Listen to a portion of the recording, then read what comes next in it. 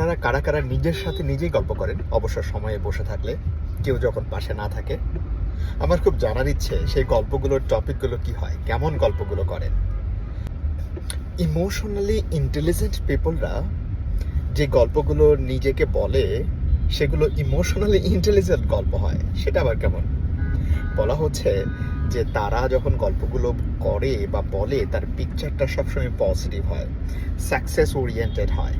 ফিউচারে যখন কোনো ডিসিশন নিতে যাচ্ছে সেই ডিসিশনটা পজিটিভ ওয়েতে নেয়, ক্রিটিক্যালি থিঙ্ক করে বাট পজিটিভলি ডিসিশনটা নেয় এবং ফেক করে যাতে এটা মেক করতে পারে। খুব ইম্পর্ট্যান্ট একটা ওয়ার্ড। তার মানে আপনি আপনাকে যে গল্পটি বলছেন আপনি আসলেও সেই মানুষটি আপনি হয়ে যাচ্ছেন, বিকজ থট আপনার ইমোশনকে লিড দেয়, ইমোশন আপনার বিহেভিয়ারকে লিড দেয়, যেটা আমরা বলি কোর্স অফ অ্যাকশনস।